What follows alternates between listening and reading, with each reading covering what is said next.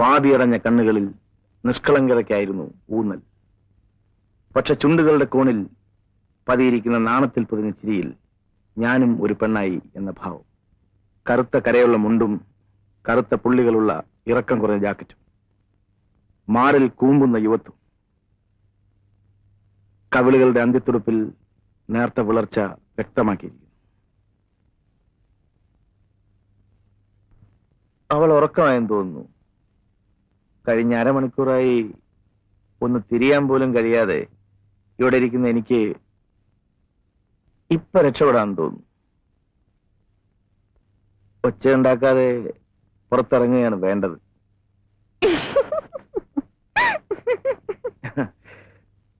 അവൾ വന്നു, അടുത്തു ചേർന്ന് നിന്നു.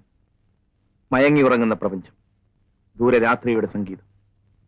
അവളുടെ ചുമലിൽ കൈവച്ചുകൊണ്ട് അടുത്തു ചേർത്ത്